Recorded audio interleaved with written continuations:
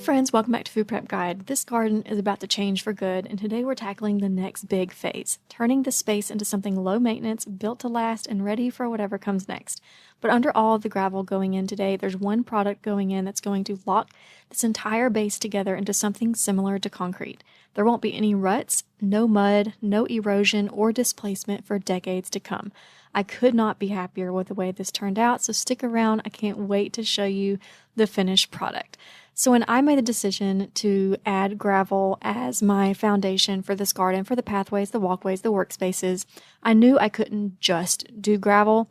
I live on a 3-mile long gravel road, and I have lived here for over a decade, and I have seen what happens to gravel over time, and I knew that simply laying gravel in the garden was not going to meet my needs, was not going to be satisfactory several years down the road. It'll look great for a year, and then it'll start deteriorating.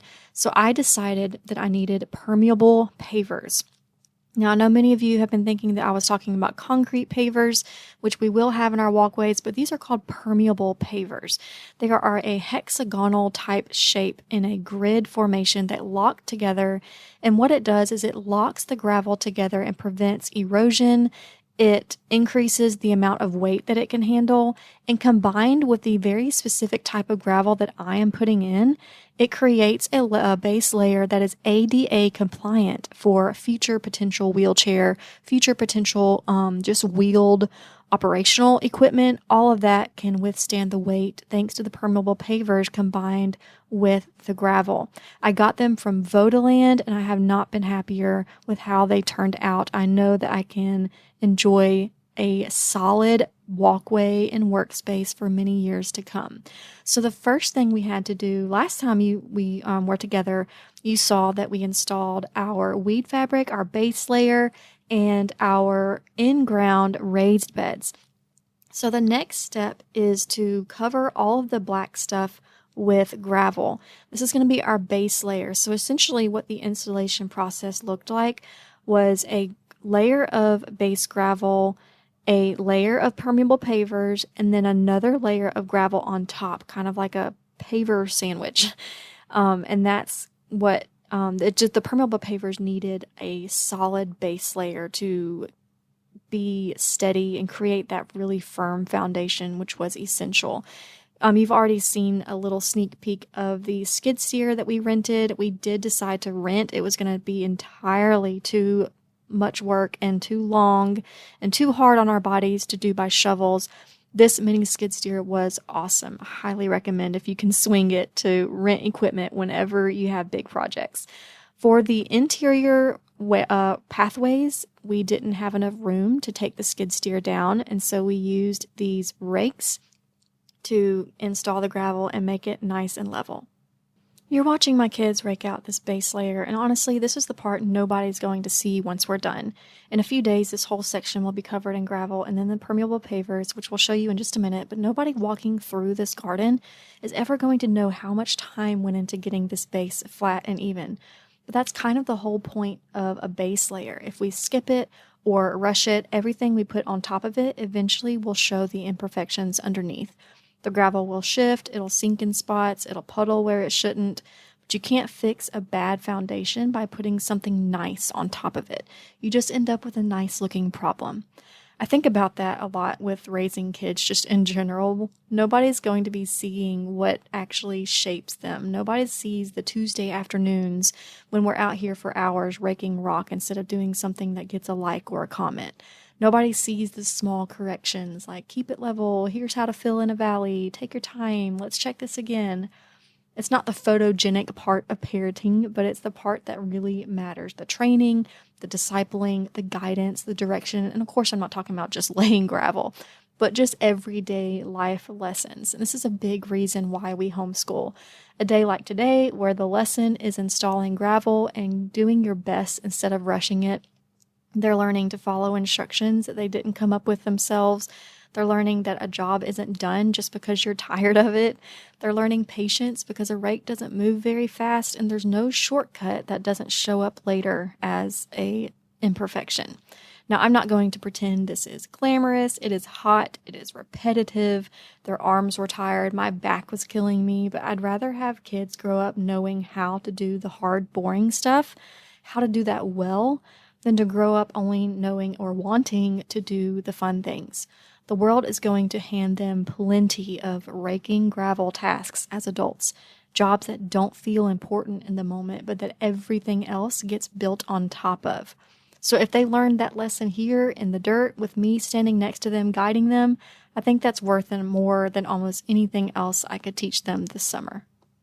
All throughout this project, we kind of split up into teams, and each person kind of had their own role.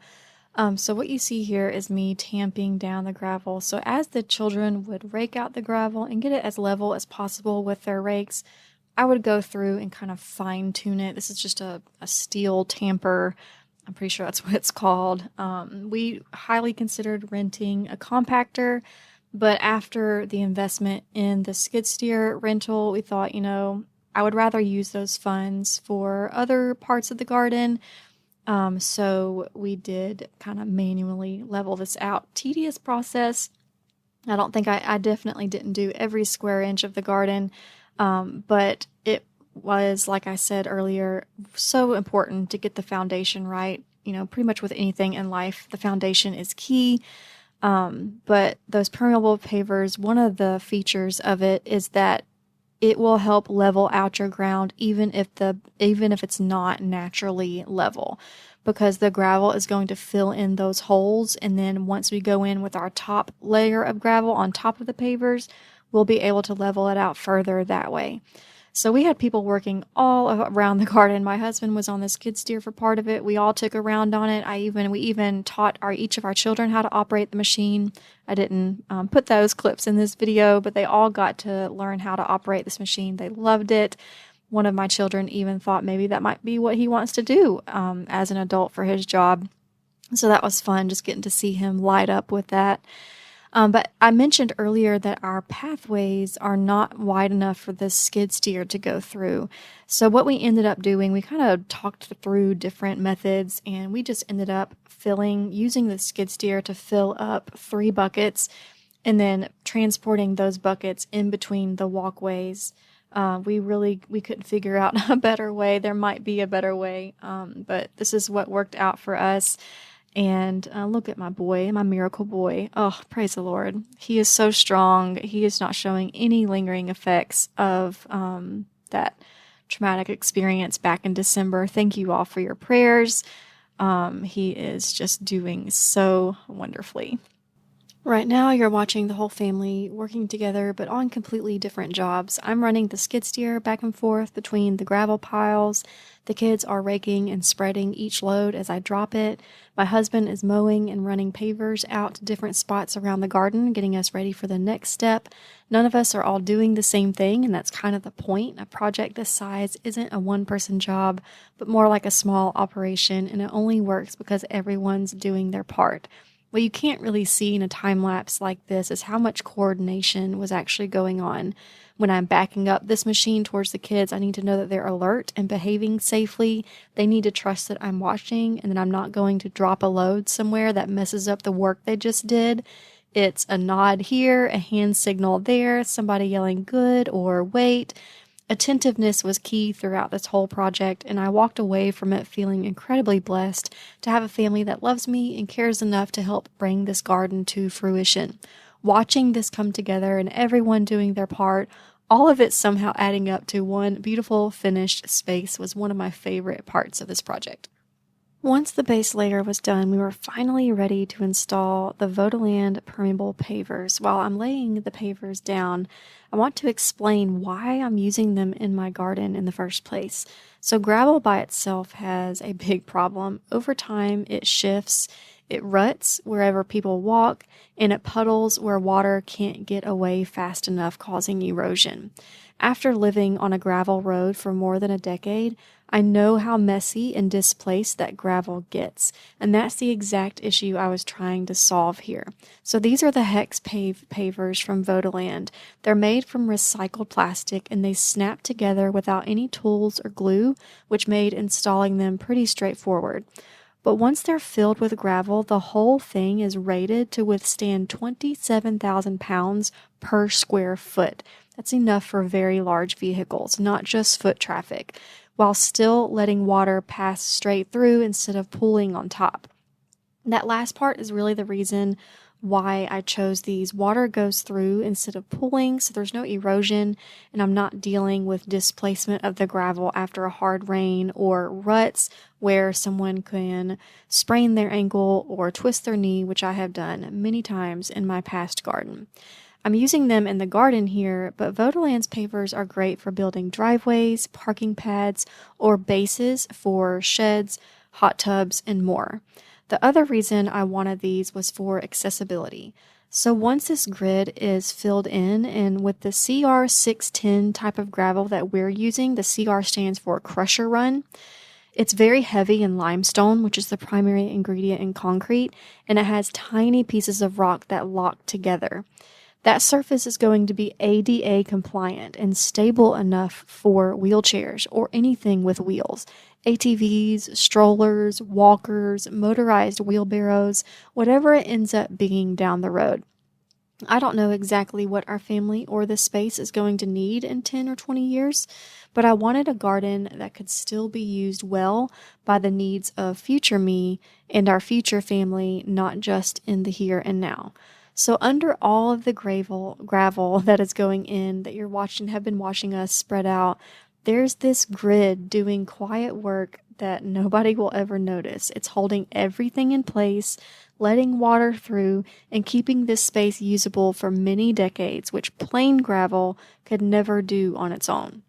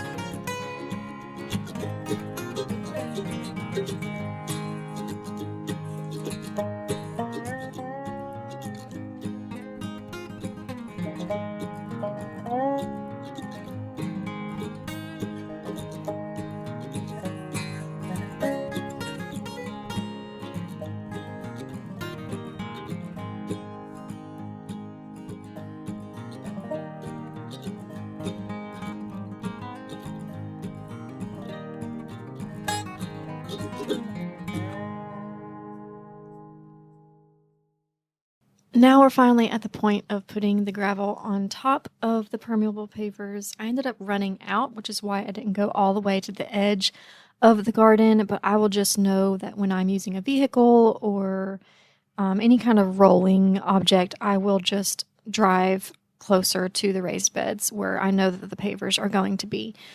So I wanted to briefly talk about my gravel maintenance plan because I know in many ways gravel is not considered low maintenance. The thing is, weeds absolutely are an issue with gravel, but that's one reason why I put the layer of weed fabric down underneath the gravel so that the only weeds I'll be fighting as far as in the pathways go is going to be weeds that blow in from birds or the wind or just get dropped in working and then root down through the gravel. So my maintenance plan for that is to burn them with a propane torch. My plan is just to pick a day every week, like every Friday or every Sunday. I'll walk through with my propane torch and just zap any weeds that happen to get blown in and start taking root in that gravel.